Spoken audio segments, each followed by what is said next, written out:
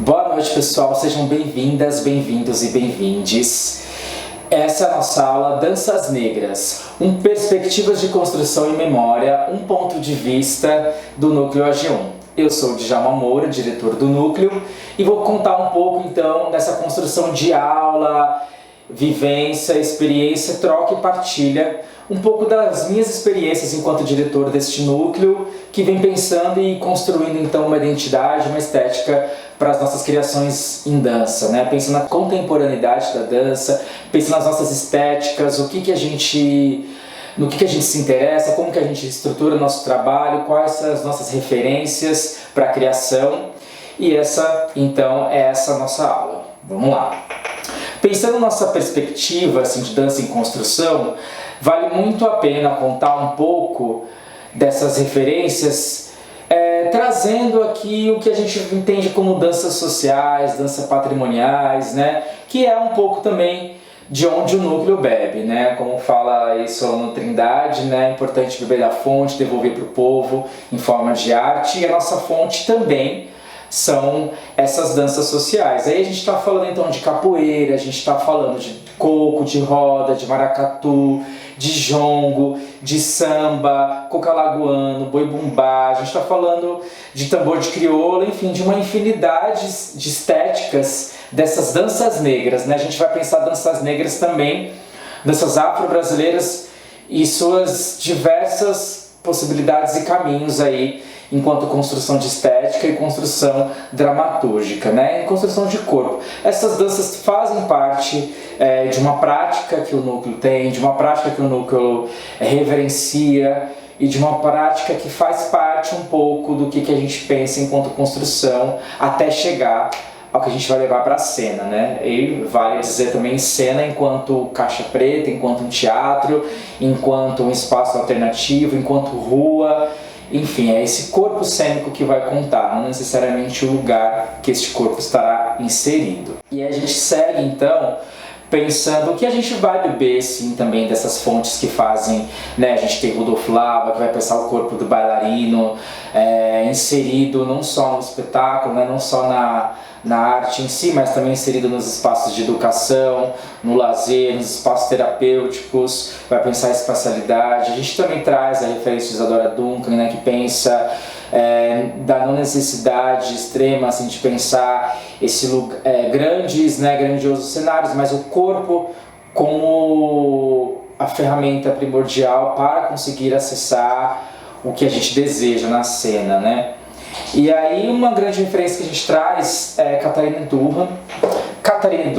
Então a gente vai ali beber dessas estéticas modernas, da dança clássica, de uma outra roupagem também da dança clássica que tem aí a ver com a dança moderna.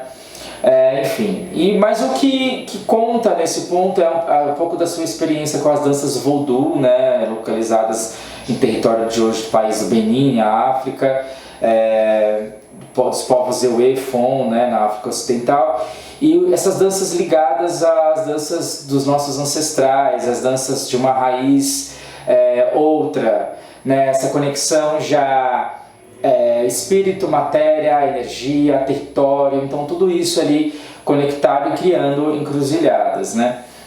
E aí tem essas referências outras, Per Primes, Alvin Ailey, Germana Coney, uma grande aí mestra. Só que aí a gente vai falar um pouco de Brasil, né? E necessariamente indo ao ponto que já foi feito, porque a gente não está inventando nenhuma roda aqui. A gente tem uma grande referência, uma dama para nós, é a Mercedes Batista, conhecida aí como a dama, né, a mãe da dança afro no Brasil. Criou o balé folclórico Mercedes Batista, estudou com Katharina Durham. E desse ponto, assim, que conta para nós, né, é esse lugar de pensar as estéticas de terreiros, as simbologias dos orixás, né, esse lugar da orixalidade e suas mitologias, enfim, enquanto proposta e proposição narrativa, proposição dramatúrgica para o espetáculo na cena, no teatro, na dança em si, né? E aí um ponto que é super importante a gente deixar aqui registrado é o prefixo afro. esse prefixo ele tem como uma proposta de trazer microcosmo africano, esses universos plurais, né, que detém o continente africano, enquanto aí estética. Então acho que é importante pensar esse resgate, esse lugar desse prefixo como um lugar muito importante, primordial, quase ritualístico e reverencial, né, para as nossas estéticas. E aí a gente vai falar um pouco sobre o quanto essa semelhança também com outros pares, né, parceiros e parceiras que estão pensando a dança e que bebem também desse mesmo ponto de referência, o quanto a gente pode encontrar semelhanças, mas isso não quer dizer que é a mesma coisa, né? Como o Diop, né, Cheikh Anta Diop, ele vai trazer um pouco na unidade cultural da África Negra esse lugar de semelhança, mas que não é a mesma coisa, né? Nada tem a ver com universalização da estética, mas tem a ver com uma unidade, tem a ver com um ponto de partida, né, que se encontram nesse lugar matrigestão, né, esse lugar que vai trazer essa afrodiáspora, vai trazer essa ideia e essa estética que se encontram em diversos pontos, mas também se diferenciam. Nesse sentido, a gente vai aí então trazer um pouco à luz dos nossos parceiros, né? Antes de falar de nós mesmos, antes de falar das estéticas do núcleo AG1, é importante a gente olhar essas pessoas que também estão criando, são conterrâneos nesse mesmo tempo e espaço, que estão criando juntos aí esses trabalhos e que a gente encontra muito diálogo junto, né? O coletivo Calcânios vai pensar a juventude negra e esse território periférico. A Fragmento Urbano vai pensar a periferia, danças urbanas, danças brasileiras nessa encruzilhada. Nave Gris e a Cênica, que vai pensar culturas afro-brasileiras e ameríndias, né, na composição da estética dos seus trabalhos. A Companhia Sansacroma vai pensar as estéticas do corpo negro e os seus processos políticos de engajamento e de indignação. Outras diversas companhias que estão aí criando e produzindo nesse tempo e espaço em que o núcleo AG1 também está inserido. E falar sobre o núcleo é falar um pouco então sobre os nossos pilares, os nossos eixos, nossas trincas, né? O que a gente tem aí quanto construção de estética, construção de identidade mesmo. E nesse ponto a gente tem aqui três pontos, né? 3 eixos. A gente vai pensar o eixo 1, afrosentidos, eixo 2, corpo em transe e o eixo 3, relatos autobiográficos. No primeiro eixo dos afrosentidos é pensar esse lugar da Nancy, né? Dessa aranha que desce de outro plano, desse plano invisível e vai tecendo histórias vividas, vivenciadas, histórias inventadas, histórias criadas, né, para a construção e engajamento desse povo. Então, nesses afrosentidos aqui está inserido muito do que a gente vai pensar enquanto dramaturgia, enquanto narrativa dos nossos trabalhos como um todo, né? Então a gente teve um trabalho que a gente se inspirou e bebeu, a gente queria construir um corpo animal, né? Pensa, o trabalho chamado Boi da Cara Preta, o segundo, Depoimentos para Fissurar a Pele, e o terceiro, que é o AG1, que leva o mesmo nome do núcleo. Que inclusive foi o que deu, né, referência, foi o que deu a identidade, que construiu o nome do grupo. Nesses 3 trabalhos ali tinha muito... Começa com uma ideia de construir o meu corpo em um bicho, em um animal, em um monstro ou outro. Para dar engajamento a esse trabalho, um engajamento teórico, de estudo, né, e não separação, a gente vai pensar não só a Deleuze e Guattari, esse lugar do devir animal, mas a gente vai trazer com força assim, o lugar de Oiá, de Yansan, quais os orixás mais se transformam em outras coisas. A palavra transformar, o verbo transformar, né, transformação estava muito presente nesse trabalho. Então ali a gente tem Oiá, Yansan, dentro dos panteões dos orixás que mais se transformam em outras coisas. Então a gente tem aí essa transformação de búfalo, transformação de vento, transformação de tempestade, transformação de borboleta. Esse lugar então dos afrosentidos, ele está muito inserido nesse sentido. Então aí a gente vou até ler aqui um pedaço sobre o que o Baba Sidney, né, o professor Sidney traz um pouco, que tem a ver com o vivenciar, né? O viver a orixalidade, no sentido de compreender e assumir uma essência conectada desde de muito tempo, né? E não um tempo cronológico, né? Um tempo espiralar. Então a gente tem ali Xinyansan, é a senhora dos ventos, ventanias e tempestades. Se ela devora bolas de fogo como se água fossem, mãe que deixa parte de si com seus filhos para que nunca estejam sem ela, como nós, né, como você, uma Omoiá, um filho de Oiá, pode desfrutar da força vital dessa mãe na inércia, no medo, na fraqueza e no autoabandono e no abandono dos seus. Então traz aí um lugar de provocação que ele não se finda no mito, né, na mitologia ou na ideia de uma reprodução da mitologia na cena, mas é como que essa mitologia pode detonar outras provocações, outros atravessamentos de nos entender enquanto artistas, produtores desse lugar de vida, arte, que vai então inserir e se atravessar a todo tempo. E aí a gente vai evocar então esse lugar do corpo em transe. E aí a gente já vai trazer esse corpo em transe, esse corpo alterado, o estado alterado de consciência, o estado alterado de potencialização deste corpo. E corpo, não digo aqui carne, física, osso, músculo, pele, né? Eu digo corpo também em um sentido mais amplo, pensar a cena como um corpo, né? O espetáculo em si como corpo. Como a gente cria um espetáculo que possa trazer sensações de transe, como que eu me insiro nesse espetáculo em transe, né? Qual o jogo eu estabeleço para que esse transe aconteça. Então a gente também está sempre pensando nesse lugar do transe, essa palavra como uma provocação, outra mesmo, de potencialização, né? E aí a gente vai para o terceiro eixo, que é os relatos autobiográficos, e aí a gente vai evocar um pouco dos conhecimentos da Leda Maria Martins, que é de pensar um tempo espiralar, e pensar que tudo o que a gente vai produzir, o que a gente vivenciou nas nossas histórias, a nossa historiografia, né? Ela deixa uma marca, deixa um registro, e isso tem a ver com as nossas produções da oralidade, da oralitude, né? O que eu construo e que eu produzo aqui não necessariamente foi escrito, ele foi registrado no que a gente conhece enquanto escrita, né? Da caneta, do texto, mas ele foi escrito e registrado no corpo, foi escrito e registrado na dança, foi escrito e registrado num canto, foi escrito e registrado num modo de se mover, no se vestir, né? De pensar o figurino. Enfim, é um lugar diverso que a gente pode então aí entender as nossas histórias, as nossas memórias como um disparador também do processo de criação, em um lugar que vai também definir muito a narrativa do espetáculo que a gente estaria envolvido no processo de criação.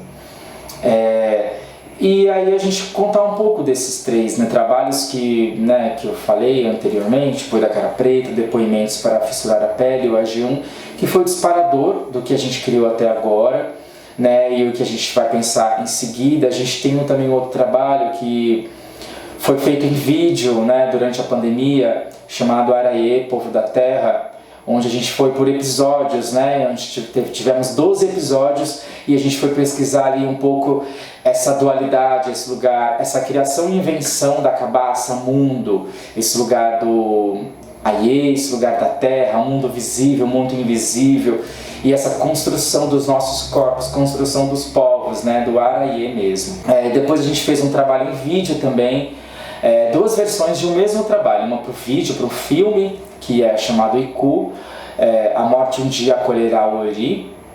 Nesse trabalho a gente então foi pensar, nesse trabalho e a versão também presencial, que foi o Iku, que foi para os palcos, né, para o teatro, a gente foi pensar muito a construção de uma narrativa onde a gente não queria focar e aprofundar necessariamente, por mais que tenham provocações a partir dali também, mas não necessariamente o genocídio do povo negro, porque foi o ponto de partida. Mas como a gente estava vivenciando muito a pandemia, e muitas mortes sendo televisionadas, a gente acompanha, a gente não estava o grupo, né, o coletivo, não estávamos numa energia propícia para falar a partir deste ponto. Mas a gente foi a partir do ponto de uma perspectiva espiritualista, né? O que Iku, né, o Orixá Morte, tem a ensinar nesse ponto, né? Então eles nos ensinam esse lugar de uma estrutura de uma comunidade, como que essa comunidade é estruturada com esses povos que fazem parte, cada componente que fazem parte dessa estrutura e é responsável por algo, deixa de existir, ele parte, né? Ele vivencia esse ciclo dessa morte, enfim, independente desses motivos, né? Se foi uma morte matada, uma morte morrida, bem vivida, né? Se foi uma vida bem vivida que construiu memórias para esse povo que fica. E esse povo que fica, essa estrutura foi balanceada, a estrutura foi mexida e fragilizou o modo como que esse grupo, essa comunidade estava vivenciando. E agora essa comunidade precisa reestruturar para então compreender o que está por vir, né? Compreender a nova configuração e por aí vai, né? Então a gente foi muito por esse caminho enquanto estética e construção de dramaturgia e de narrativa do trabalho. E nesse último trabalho que agora a gente está para estrear, né, o que é chamado Lama, onde a gente vai beber um pouco então das simbologias da criação do corpo físico, criação da pessoa, dos seus jeitos, dos seus trejeitos, dos seus modos de viver o mundo, esses modos que são atravessados por estados, por compreensões sociológicas, filosóficas, políticas, financeiras, enfim, tudo isso vai atravessando esse trabalho e como que esse corpo, então, ele é engajado para viver em comunidade, né? Como que ele surge.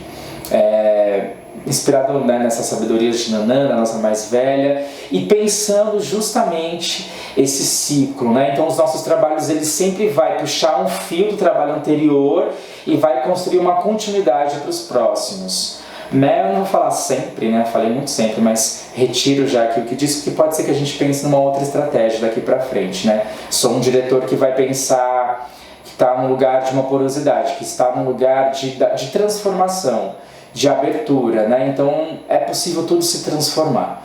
Mas nesse momento a gente vai puxar um fio de um trabalho anterior para construir o próximo. E foi esse ciclo, né? Então a criação da cabaça do mundo, esse lugar da morte e esse lugar do nascimento, né? Então a lama pelas mitologias, né, de Nanã, a gente vai pensar que ela é a simbologia principal da criação da construção do corpo, do Ará. Então nesse lugar que ela cede esse símbolo, né? Ela cede essa matéria, ela cria e essa matéria volta de novo para onde foi. Então esse é o ciclo. E isso é um pouco então do que a gente vem pensando em construindo enquanto dramaturgia, enquanto perspectiva de trabalho.